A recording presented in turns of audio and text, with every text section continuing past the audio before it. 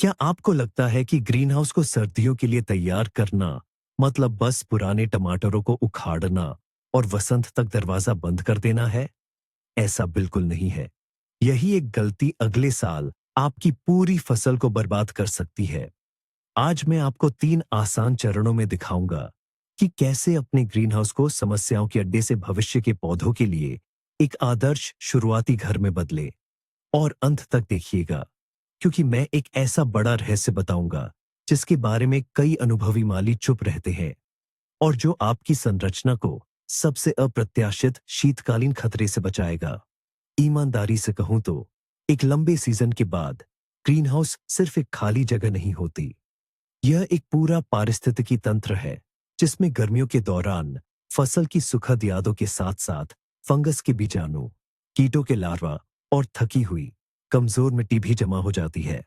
अगर सब कुछ ऐसे ही छोड़ दिया जाए तो सर्दियों में यह जैविक बम और मजबूत हो जाएगा और वसंत में स्वस्थ पौधों के बजाय आपको बीमारियों का प्रकोप देखने को मिलेगा।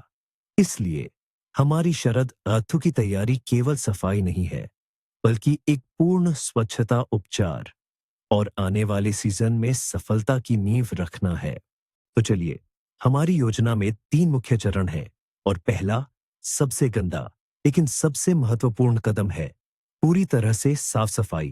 कल्पना कीजिए कि आप अपराध स्थल पर एक जासूस हैं। आपका काम है उन सभी सबूतों को ढूंढना और नष्ट करना जो अगले सीजन में मुसीबत खड़ी कर सकते हैं।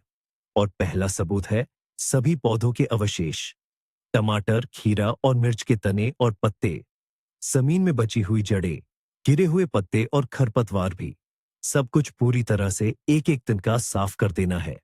आलस न करे, क्योंकि इन्हीं अवशेषों पर फंगस के बीजाणु जैसे फाइटोफ्थोरा और कीटों के लार्वा इल्लियाओं सर्दियों में छिपे रहते हैं और यहीं पर ध्यान दें।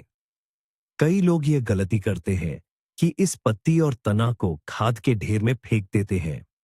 अगर पौधों में बीमारी के लक्षण थे तो आप उन्हें कंपोस्ट नहीं कर पाएंगे, बल्कि अगले साल के लिए बीमारी का एक पूरा इनक्यूबेटर तैयार कर देंगे। इसलिए सभी संदिग्ध पौधों के हिस्सों को जलाना या खेत से बाहर फेंकना बेहतर है। स्वस्थ अवशेषों को खाद बनाया जा सकता है, लेकिन बीमार पौधों को तो बिल्कुल नहीं। जब पौधों की सफाई हो जाए तो बड़ी धुलाई शुरू होती है। गर्म पानी की बाल्टी, कपड़े धोने का साबुन या ग्रीन हाउस के लिए विशेष घोल, एक लंबी डंडी वाला ब्रश ले और शुरू हो जाए। सभी दीवारों, छत, विभाजन, पार्टीशन और दरवाजों को अच्छी तरह से साफ करें, पहले अंदर से फिर बाहर से। हमारा लक्ष्य है सारी धूल, गंदगी, हरिकाई और मकड़ी के जालों को धो डालना। साफ पॉलीकार्बोनेट या कांच सिर्फ सुंदरता के लिए नहीं है। वसंत ऋतु में यह आपके युवा पौधों को 20-30% अधिक कीमती सूरज की रोशनी देगा और यह मजबूत और स्वस्थ पौधों की अच्छी शुरुआत की गारंटी है। अब जब हमारी ग्रीन हाउस चमक रही है तो अदृश्य दुश्मनों पर वार करने का समय आ गया है, यानी कीटाणुशोधन का। इसके लिए हमारे पास कई विकल्प हैं। एक पारंपरिक तरीका कॉपर सल्फेट, आयरन सल्फेट या बोर्डो मिश्रण के घोल का उपयोग करना है। बस निर्देशों के अनुसार घोल बनाएं और छत से लेकर फर्श तक सभी सतहों पर अच्छी तरह से छिड़काव करें। यह अधिकांश फंगल संक्रमणों को खत्म करने का एक प्रभावी और आजमाया हुआ तरीका है।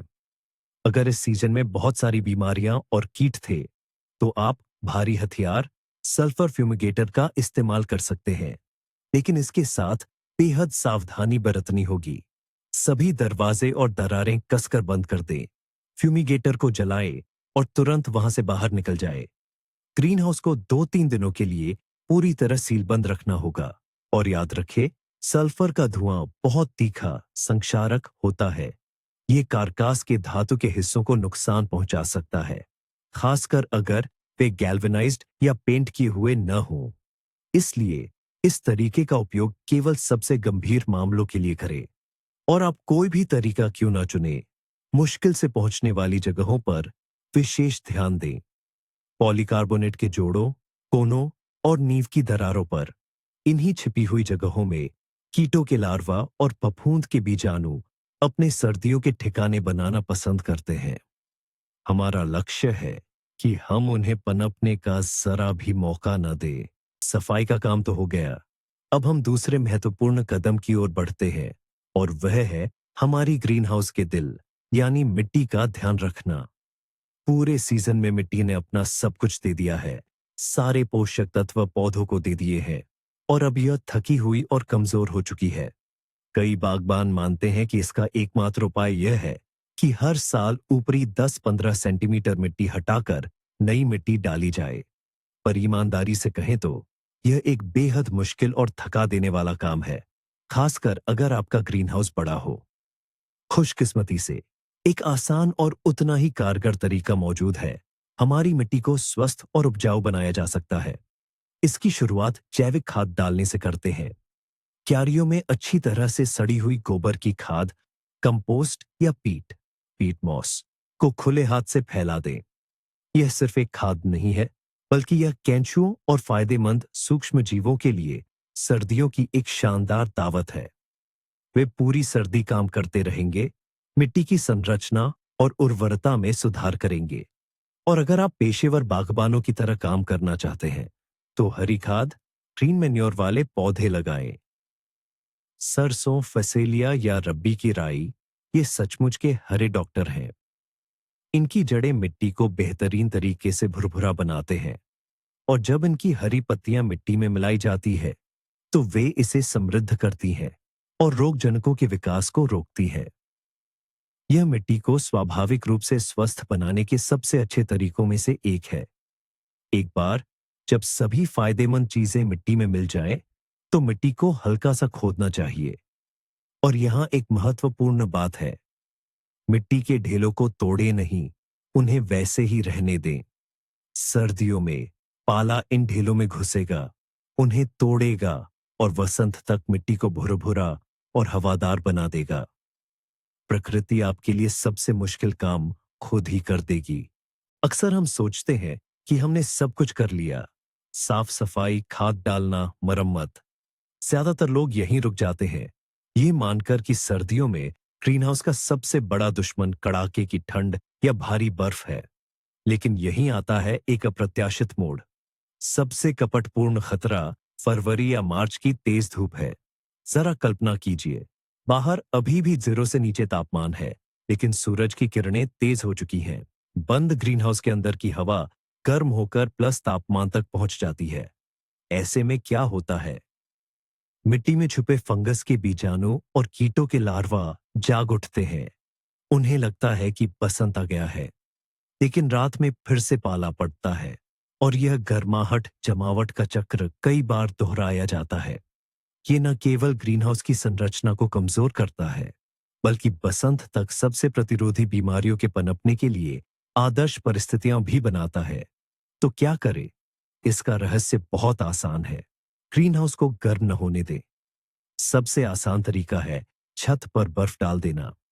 बर्फ सूरज की किरणों को परावर्तित करेगी और एक थर्मस की तरह काम करेगी, जिससे अंदर का तापमान लगातार कम बना रहेगा। अगर बर्फ नहीं है, तो आप सफेद रंग की कवरिंग सामग्री या विशेष शेड नेट का उपयोग कर सकते हैं। आपका लक्ष्य है ग्रीनहाउस को असली बसंत आने तक सर्दियों की गहरी नींद में रखना। तो आइए संक्षेप में बताते हैं। 3 आसान कदम। कीटाणु शोधन के साथ पूरी सफाई, मिट्टी का पुनर्स्थापन और संरचना की सावधानीपूर्वक मरम्मत। और सबसे महत्वपूर्ण रहस्य, सर्दियों की धूप से बचाव।